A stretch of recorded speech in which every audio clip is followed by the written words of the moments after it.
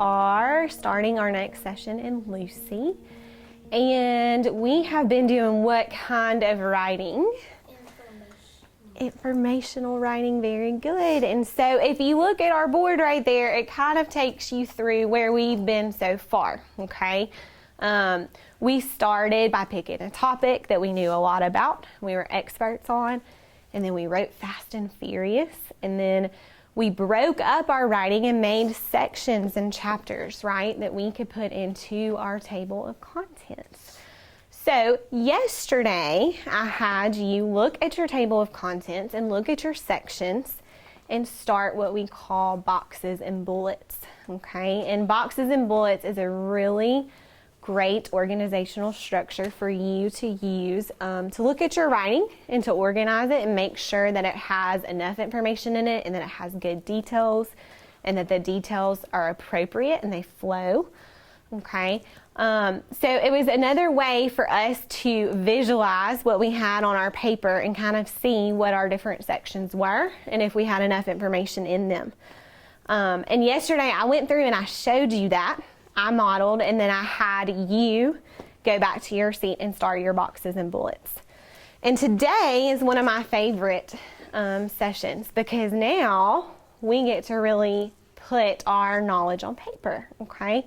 So we're going to look at our boxes and bullets today, and I'm going to go back through that with you. But we're going to take what's in your boxes and bullets, and we're going to put it into actual paragraphs. Okay, and I know you're thinking, well, Miss Plier, I did that because I wrote fast and furious, but today is about really showing that you're an expert and adding lots of details, taking those points that are in your boxes and bullets and expanding on them, elaborating, making each bullet a couple of sentences, okay, so that we have really good stuff in our writing. So I want to show you, this is mine that I did yesterday because my topic is oceans. Okay, and I told you that I thought I was an expert on oceans. So I wrote about types of oceans in one of my sections. And when I made my box and bullets, your box is your section or your chapter title. Okay, and that's what we list in our table of contents. The bullets are going to be the details of that section. So under here, I put 5 because there are 5 types of oceans. I named them the Atlantic, Southern, Pacific, Indian, and Arctic. I told you that they were connected because I'm going to talk about what that means. And then why did I do this red? What did Miss Plier tell you yesterday with the red? What did I say, Addison? You got it. If you do it in red, that means you got it like you're looking at your mistakes. Right. Your red was your editing, okay? And that may have meant you drew a red arrow because you were moving some of your bullets to a different section, or it may have meant you decided you needed to add in more bullets, okay? Because the point of an organizational structure, like boxes and bullets, is for you to look at your writing and see what you have and what you need more of or what you need to move around, okay? Or maybe what you need to take out because you had a box but you didn't have very many bullets under it, okay? And you realized you didn't know enough about it. So when I made my box and bullets, I realized that there was still probably some room to add a little more information, okay? Because I had 3 bullets, but I think a really good section or chapter could have 4 or 5 or even 6 bullets under it because that's going to give me a lot of things that I can write about and expand on. So I went back and I said, well, I could talk about the similarities and the differences in each of these oceans, okay? I could kind of describe them and show ways that the oceans were alike and ways they were different. What does that remind you of? Miss Plier was thinking about this, and I thought, oh, that's very similar to what, Aaron? What a perfect thing to think about this week because that's our skill, right? So we're bringing writing and we're relating it to our reading skill this week. I love it. So I decided in red, that meant that I didn't get my red bullets from my Fast and my Furious. My black bullets came from my Fast and Furious writing. I saw what I'd put on my Fast and Furious and I put those in bullet form, just the detail part of it, okay? But my red is something I don't have in my writing, in my Fast and Furious writing, but I'm going to end up having it because I'm going to add it in. I realized I needed it, okay? So today what you're going to do is you're going to go from boxes and bullets, and you're going to look at them, and you're going to look at your details, and for each bullet, you want 1 or 2 or even 3 sentences elaborating, okay, giving more information about that point so that you have a nice, long, detailed paragraph for the section of your book, okay? So I want you to see how I did this. And then I'm going to get you to help me with doing the next one, okay? All right, so there are 5 oceans on Earth: the Atlantic, Southern, Pacific, Indian, and Arctic oceans. These oceans, although they are located all over the world, all connect to one another, okay? Because I wanted to show you that, yes, they're all in different places, but they do have a connecting point. Each of the 5 oceans has unique characteristics.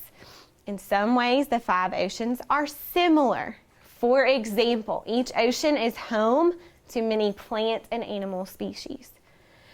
However, and what do you notice I did here? You went back. You know why I left it? And many things about. I left it because real writers make mistakes, and we realize that sometimes our wording isn't the best the first time, and we go back and change it. And that's what I did. I wrote it, and then I read it to myself, and I decided that a different way, a little bit changed up, might be better. And so I went back and put in some edits. So, however, many things about these oceans are different, such as their temperature, how deep they are, and the types of life found within them. Together, so I added that word, the 5 oceans make up more of Earth than the 7 continents of land. Look at this writing. That whole paragraph I was able to put on paper from my bullet points. Okay? Do you see how, using my boxes and bullets, I was able to just think, okay, what are the big details I'm going to talk about in that section? And then it helped me get started writing. And that's what you're going to do today. You're going to draft or start your writing using your box and bullets. And it's going to be awesome because you're going to see how much you really know and what long and detailed paragraphs you can make from it, okay? So I started another one, and I want your help. Let's see, Miss Plier has a little hiccup here. Okay, there we go. I want your help in finishing this one, okay? So I have another box and bullets, and something I forgot to say is that you don't have to make your box and bullets in order of your table of contents. Because I talked to you yesterday about how when we wrote down on our table of contents, they didn't have to be in order. Okay, we were listing the sections that we knew we wanted in our book, but we're going to go back to that. That's going to be a whole different lesson where we look at what order makes sense for our book, okay? So since we're not saying that that's our final table of contents, I want you to focus on looking at each section and starting with the easiest, where you're most comfortable, and saying, okay, I need a good box and bullet for this one because I know what I want to say in this section. And then from that, drafting, okay? So I kind of jumped around in mine too, and I decided to make a box and bullets for tides. Okay, it was another section that I had in my writing. And when I read through my writing, because I told you that as we did box and bullets, that I wanted you to go back to your Fast and Furious, and I wanted you to make your bullets from the Fast and Furious writing, and then you could decide to add some more bullets in your red pen if you had thought of other things that you wanted to add to your writing. Okay, so in my writing, I talked about rise and fall. I use those words. I talked about strong winds and light breezes. Okay, but I realized that I left out something in my Fast and Furious writing that was really important to this section. It's gravity. Because tides has everything to do with gravity, okay, with our sun and with our moon. So I added that in red because it wasn't originally in my writing, but I knew that it was going to be important. So I've started my drafting, which is what you're doing today. Remember, the goal of today is that you're going to have a good box and bullets for at least one of your sections, a section you feel comfortable with, okay? And then you're going to start from there writing with details and elaborating and giving 2 or 3 or even more sentences for every bullet so you have a nice long paragraph. So I started doing that with this one, but then I decided I wanted you to help me out. You think you could help me with it? Yes, ma'am. Okay. So what I'm going to do is I'm going to read you what I have, and then I'm going to get you to turn and talk to each other and brainstorm some things that I can incorporate the last bullet point, okay? Because I stopped writing when I got to the one that I added, okay? That's where I thought I might need your help the most. So I put, when ocean water rises or falls, we call this the tide. Tides are actually waves, a word you have probably heard of if you know anything about oceans. Let me stop myself there. And I'm glad that this happened, because just like when I made mistakes on my first writing, and I showed you where I went back and I crossed through words and I changed them or added in words, sometimes as writers we get going and we make little hiccups. In my informational writing, I realized the first time I didn't include gravity, and that's a huge part of tides.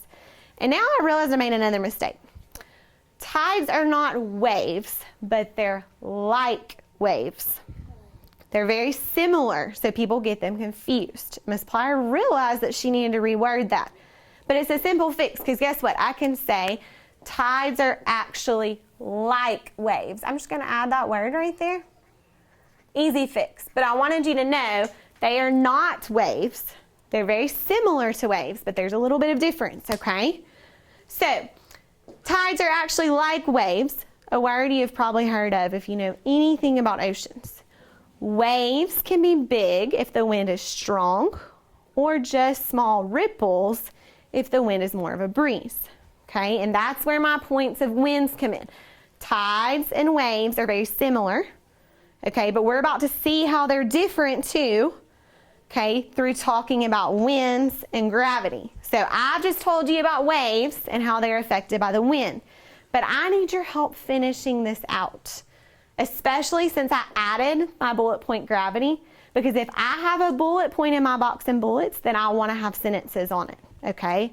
If it's a bullet point, it needs to be included in my draft, okay? So would you turn and talk and brainstorm ideas of a few sentences or things that I can add in this paragraph to make it a little bit longer?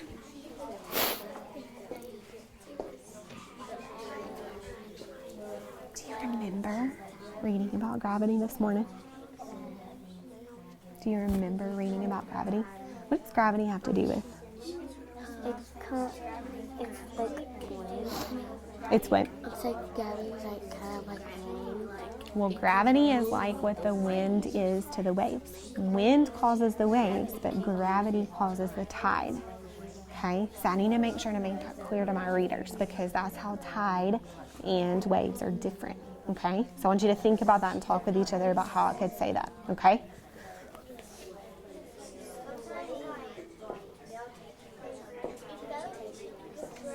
What are we thinking over here? What's the way? Because sometimes the waves can be big, and when they just like float fast, sometimes they go fast, but when they form big, they just go like fast and then start. When are waves big? When it's windy. It's really windy, right? Well, what causes the tide? The tide can get high and low. Those are the words we use with tide. Okay. The reason that the tide falls is because gravity pulls it down. Just like if you were trying to jump, you would just go straight down. What word did you just say with gravity that I really liked? Pull. Gravity is pull, okay? And it depends on the sun and the moon, and it's pulling the water back, or it's pulling the water in, okay? If it wasn't gravity, the water would just float. Sometimes, like, So we need to make sure that the people reading my writing understand that. Can y'all help me with that when I get going? sometimes at the beach, it just like Exactly. It's not moving a lot, is it? You're exactly right. All right, if I could get your attention in 5, 4, 3, 2, 1. Good job. So what I love is that a lot of you are talking about the beach, and I can see your brain moving and going and visualizing a trip to the beach. Devin was just talking about how the water looks as it's going out and in. Okay, and so I saw you connecting to the beach and really thinking about what you saw when you looked out at the water. And I need to be able to express to the people reading my book, especially people who may not consider themselves knowledgeable or experts on my topic, I need to express to them really what tide is. And even though it's similar to a wave, and we get it confused with a wave, it is a little bit different. And that's the one thing I haven't talked about is this important word, gravity. Ella Kate, do you have a comment? I think that gravity is how the waves float up and down and go wavy. It's kind of like how you go in space, like you float in the air, and I think that's how. Okay. I did just hear something important. You said the word space. Gravity is all about space. It's about that sun and the moon. Okay, and Aaron said an important word that helped me understand gravity. What was that word, Aaron? It was pull. Pull. Gravity pulls the water. It pulls it in and out. Okay, so we need a couple of sentences. Let's refresh. Let's go back a little bit. The last thing that I said was waves can be big if, you can see where I made a little boo-boo there, the wind is strong, or just small ripples if the wind is more of a breeze. Okay, so now I need to talk about tides. Tides are actually caused by what? Devin, see?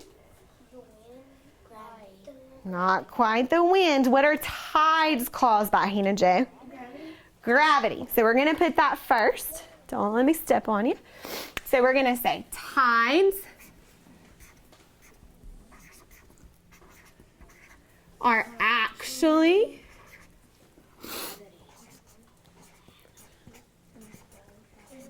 controlled. Who said that word? I love it. I love it. That's a really good word. Controlled by gravity. Okay.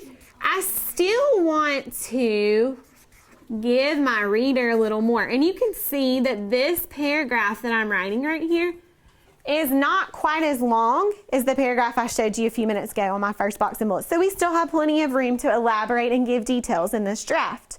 So what else can I say? Tides are actually controlled by gravity.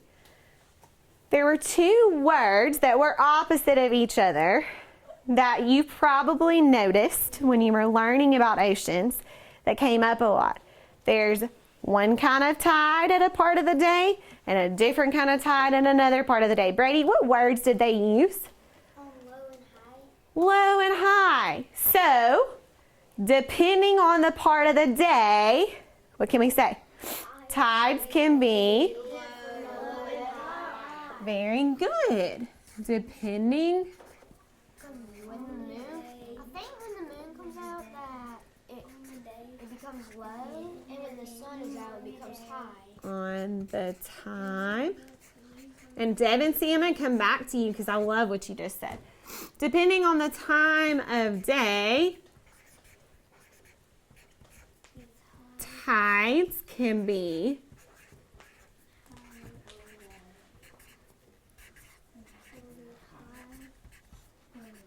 high or low.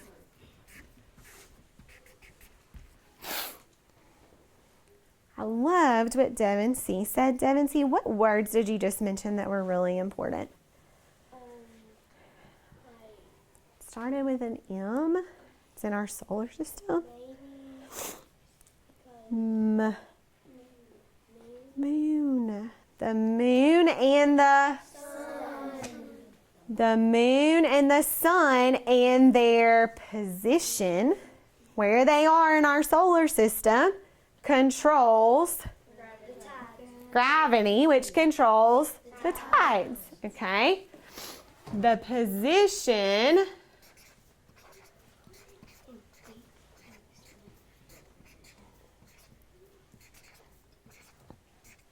of the moon and sun. 1 second, please, sir. Controls. What am I trying to say here? Controls the tide. Here we go. had writer's block for a second. Position of the moon and sun controls the gravity. Which controls the... You're exactly right. So we could be more specific though. You are right. Thank you. So something, hold on, raise your hand if you have a comment, because I know that there's lots of good feedback out here, and that's why I got you to help me, because you're experts too. Okay, what are we thinking, Jace? Is there anything I'm missing that would be important to this section? Never mind. Avery? Maybe if gravity didn't exist, tides wouldn't exist. Oh. So we could end with that. We could leave our reader with a thought of this question, like, well, because we know we want them to understand that this word tide is very dependent on this word gravity, okay? And so maybe we could end this section with saying, so if there wasn't gravity, would there be tides? I like it. What are you thinking, Aaron? That, just like if you were trying to jump, the gravity would pull you down instead of you like staying into the air. Exactly. Gravity pulls, right? Gravity pulls. And did we say that? Because I told you I liked that word. We said tides are actually controlled by gravity. Depending on the time of day, tides can be high or low. The position of the moon and sun controls the tide. And I want to add that sentence with pulls in it because I love that, because we need to understand that gravity is the pull. Okay? So we probably need to add a sentence that says gravity pulls the water out and brings it back in. Very good.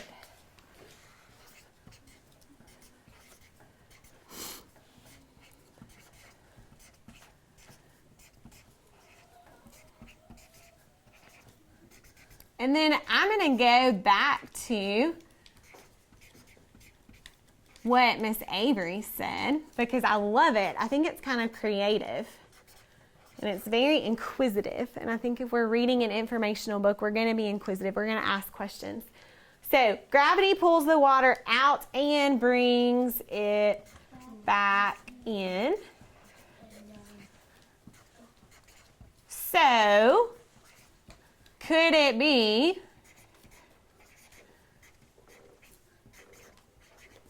that without gravity,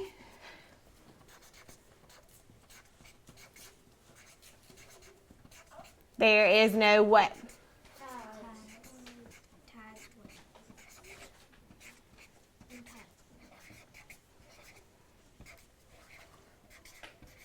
Awesome job. Thank you for helping me write this. Y'all are experts yourselves. Right, I meant to. So, what I want you to do and think about first, because I want you to be thinking before I send you back. Just a second. I want you to be thinking, okay? Is I want you to look at today's most important goal that I want you to have in mind as you return to write and to draft, is that you're working on a box and bullets. If you got there yesterday or you finished up, awesome. Okay, some of you are just now getting there, and we're going to be in different spots, and that's okay. Okay, we're all working at our own pace. But I want you, if you have not gotten to box and bullets, to pick a section you're comfortable with, that you feel like you are truly an expert and you have lots of information.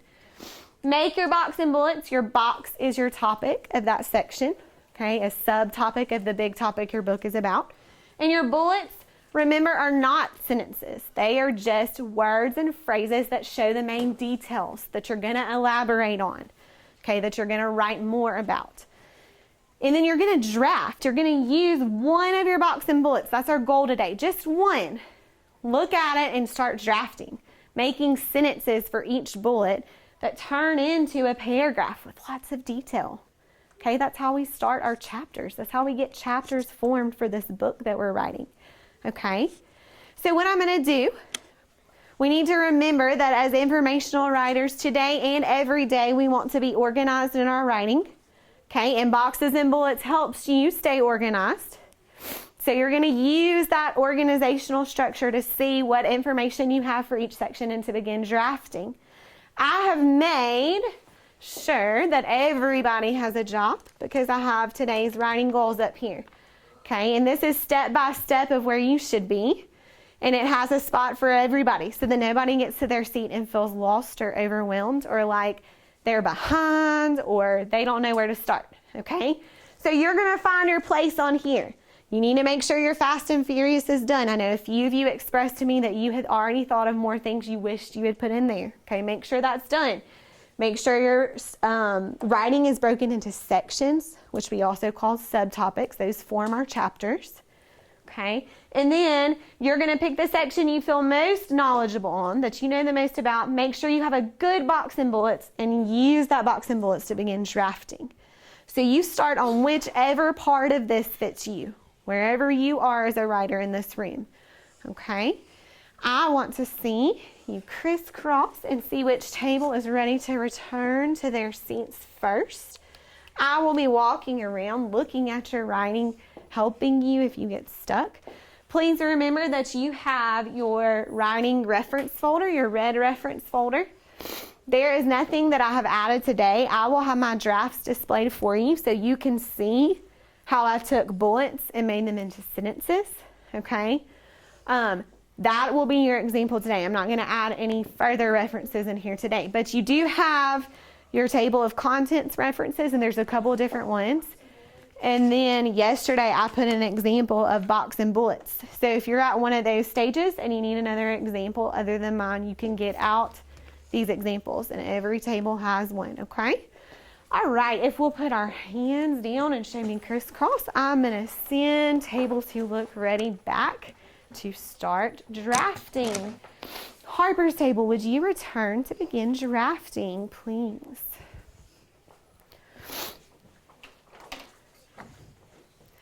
Morgan's table, would you return and begin drafting?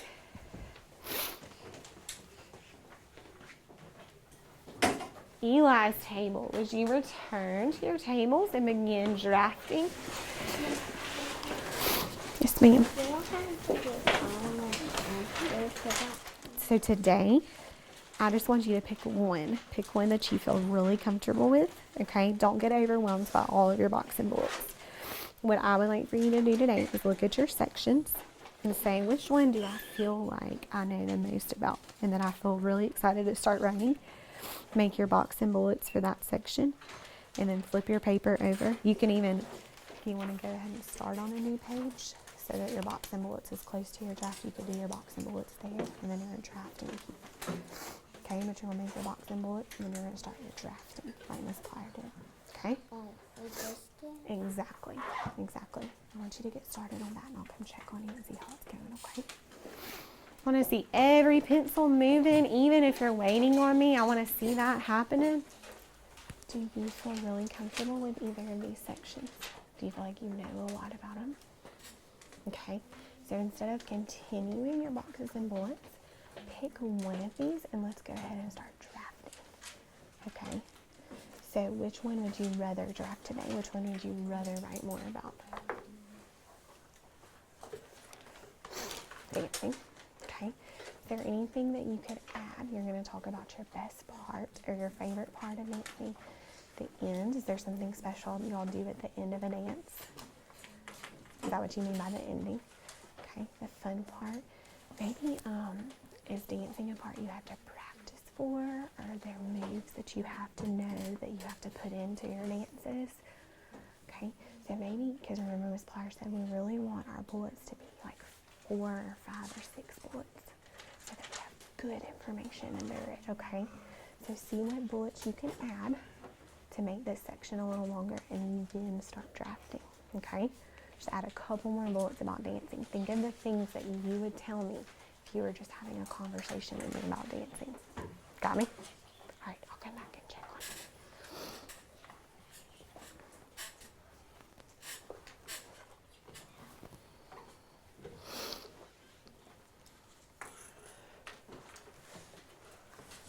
All right, good job, Emily.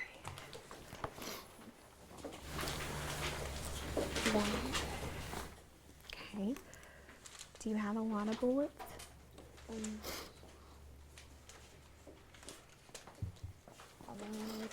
you. Okay, so we need to think about a couple of things. Is this a section that you can come up with more bullets? Or do you think this is a section we need to throw out? Or is this a section that you can put somewhere else? You can combine with another so you have a longer chapter. What are you thinking? Okay, so what other bullets could you add to that section? What other things does Pearl love? Okay, so you said being petted. She loves people. She loves playing. And maybe try to come up with at least one more. Okay? Does that sound good? Getting in the lap. So what would you call that? If you're holding her and petting her, you call that getting attention.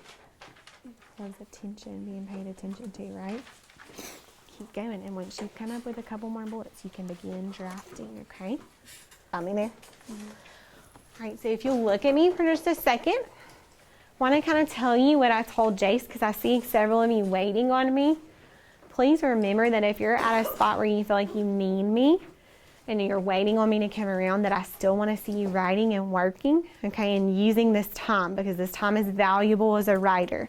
Okay, make sure you're not wasting it waiting on me. Look at your writing that you have and see what you can be doing while you're waiting on me. Something that I talked to Jace about is he has a good bit of writing in his notebook, okay? So he's moving right along. And then actually he called me over and he said, well, what if I get done with this? And I said, then you'll move on to your next section, because we have more than one section in our book, okay? So he would pick another section, do the same thing. But something I wanted to challenge Jace with, and challenge anybody in this room that is on that step of drafting, is when you write, I want you to use expert words, okay? Expert words are words that let me know you really know about your topic. They are specific to your topic, okay? For example, tides is an expert word. Obviously, that is a word that is specific to oceans. It's important to the topic of oceans, and I talked about that word. I told you what it was. I told you the things that it involved. Okay, gravity is an expert word. Expert words are those bigger words, but we want to use them because they're important to our topic. So if you're at the point of drafting, okay, then you need to be making sure that your words are expert words, that you're being very detailed according to your topic. Okay? Good deal. Keep going. You're doing an awesome job. Exactly. Exactly.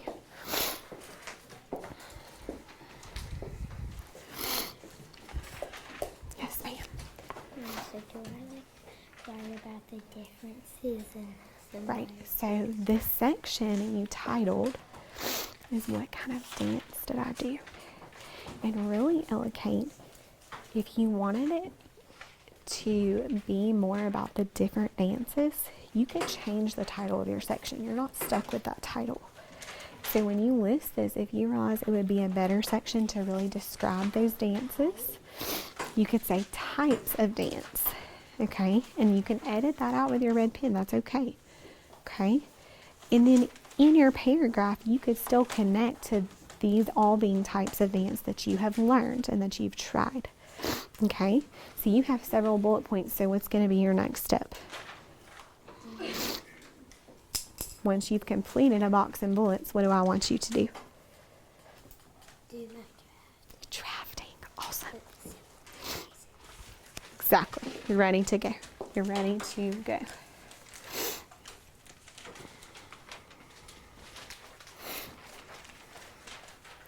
Something I just told Ella Kate as well is she's realizing, and I love it because this is the goal of Box and Bullets. This is why it's an organizational structure, okay? Eyes on me for just a second. I know you're in the middle of writing Fast and Furious. Ezra, let me get your eyes real quick, okay? Ella Kate used her Box and Bullets, and she came to the realization that she had a better idea for her section. She originally titled her section Types of Dances I've Done, okay? But then she realized that as she was making a list, there were several dances, and they're all different types of dancing. So she thought and talked with me, and she thought it might be better if she named her section types of dances or different dances, because she could write more about those dances and describing them. Okay, she would have more to write about that than just simply saying, these are all the dances I've done or I've learned or I've practiced. Okay, she can still tell me that in the paragraph, but she can spend more time on explaining those dances. And what did we say, Ella Kate? How they are different and similar, which goes back to our skill this week. Okay, so this is just a good time to remind you that you are not stuck with your table of contents. If you're doing your box and bullets and you start making bullets and realize, ooh, I should rename my section in my box, do that. Cross through it with your red pen so you notice it's a change and rename it, okay? That's why we are taking time to do these different organizational structures and to do so much drafting and editing before we have a final product, because we realize along the way how we can make it better, okay? So keep that in mind. Use your boxes and bullets to help you see what you might want to change, okay, or what you might want to do differently. All right, if I can have your attention, if you'll put down your pencils for just a second. We had some really awesome productivity today, okay, and I feel like it is worthy, Ezra, of sharing and getting you excited. And it helps you see that it's okay that you're in different spots with your writing. It is 100% okay, and that's going to happen. And that's part of it, okay? Some of us have topics that we have so much to write about. Some of us have a little more tendency to think on it and then come back and make some edits to it, okay? But I walked around and I noticed that slowly we're getting more comfortable with it, okay? Boxes and bullets is a little bit difficult at first, especially when you've already written so much and then you have to go back and just put it in 1 and 2 word phrases for your bullets. Okay, but I think you can see where it's really helping you think through your topic. So I had some really good things that happened, and I want to share very quickly before our writing time is up. Okay, Tristan, would you share with us, because we just had a great conversation that I don't want to pass up, and this is a perfect example of someone who is in a different spot than some of you. Jace was drafting. Tristan is still working on boxes and bullets. That is okay. Both of you were productive today. Okay, both of you were doing something that I've asked you to do according to your writing goals. You're just in different spots. Okay, so I came to Tristan. Tristan is still working on boxes and bullets. Tristan, what's your topic? Well, at first I had ways you can pass the ball, but then when Miss Plier came over to me, she recognized that how you can pass it was the same as ways you can pass the ball. So what I put in every one, I put pass it, and pass it. So she thought about doing passing the ball instead of doing ways you can pass the ball so I can keep all my bullets. So it's kind of like Ella Kate when she was working on her boxes and bullets. We had another realization of I'm not limited to my first table of contents, to the first list with the section names. If I start writing out those section names in my boxes and I realize my bullets fit a better section name, I can change it. Tristan had great bullets. I think all of those, because Tristan, what's your main overall topic? Passing. What's for your book, not just your section? What are you an expert on? What are you writing about? I'm writing about passing. Well, so what topic did you pick on day 1? What is your book going to be about? Football? Soccer. Okay. You see what I'm saying? That's your big topic. And then within that big topic is your sections or your chapters with your subtopics. Okay. So Tristan had very valid points. I loved his bullets. Okay. Passing is an expert word. It goes with soccer. We need to know that is a key part of soccer. Okay. So when he talks about who to pass the ball to, how far to pass the ball, how to pass the ball, I want him to keep those bullets. So our quick fix was to go and to change just a little bit our box to change that section title. And now he can still stick with his bullets and he's almost ready to draft. Very good job. Jace, we talked about expert words, okay? Can you share with us, because I just noticed you were doing a really awesome job with looking at you had your box and bullets right there at the top of your page, and you were looking at them, and you were being very focused in your drafting, and you were putting lots of sentences on paper. So can you just kind of give us a glimpse? What was your subtopic? What was in your box, Jace? Well, it was how to play QB, and then you need to know that I changed it to you need to know how to play QB. Okay, so you made a little bit of edit to your section title. And what is QB? Because as a reader, I may not know a lot about football, and I may not know what you mean. So what do we want to say when we're actually writing our final draft? Quarterback. We want to spell it out. Good. Okay, and so in your section, what were your bullets, Jace? Set up the playbook, good passes, don't throw an interception. Okay, so he marked down things he was thinking of when he thought through the position of quarterback. Can you just read us a little sample of what you've started on with your draft? Because I just noticed that you were able to turn those bullets into several sentences, and we had a very good conversation about specific words you were using. Go ahead. Set up the play is important. You need to tell your wide receiver where to go when you are quarterback. Awesome. And I've already heard, is that your first sentence? And I've already heard several expert words: wide receiver, quarterback, set up the play. That's an expert phrase that definitely goes with football, right? Okay, you want to keep reading through what you have so far just to give them a glance? You need to know what play the defense. It's okay. Keep going. You know what play the defenses are going to have. You need to know the playbook to play QB. Awesome. Awesome. I love it. And again, guys, this is just moving us through. We are going to come back to these sections once we draft them, and we're going to make them flow, and we're going to look at order. We're going to look at our expert words, see if we need some more expert words, or if there are words that we use that maybe we need to define. But this is the beginning phases of this unit, okay? And so we're taking it one step at a time. And you can see Jace did something today, and Tristan did something today. And they were two different things, but they're both working on the same final product, which is creating a book about a topic they're an expert on, okay? Great job today. I would like for you to get to a stopping point. Okay, we're going to close our notebooks. I'm going to look for tables that have their red pens in their cup holders. Okay, that have their notebooks closed. If you are the red reference folder person, if you would have that stacked, and I'm going to call you by table to put your writing materials away. So if you will sit on your bottom. If you will sit on your bottom. Good job. Sit on your bottom for me. All right. Great job. Brady's table. You may walk your materials to the cubbies.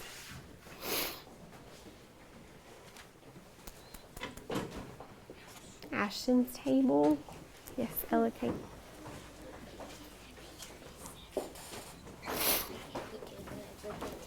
Just talking just a little bit, okay? We have some other things we need to work on first. Eli's table.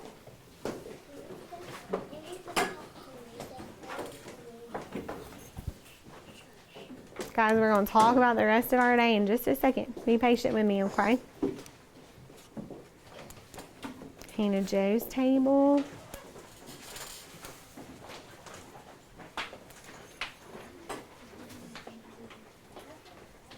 Harper's table. I love the way that people are returning quietly.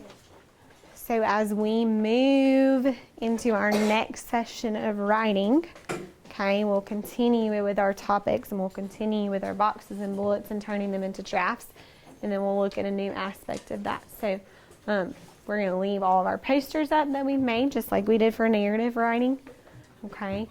And we will continue to reference those. Okay. And we'll continue to move forward and work on it. It's a process. Remember in Sign of the Beaver this week, did she take her first draft of writing? No.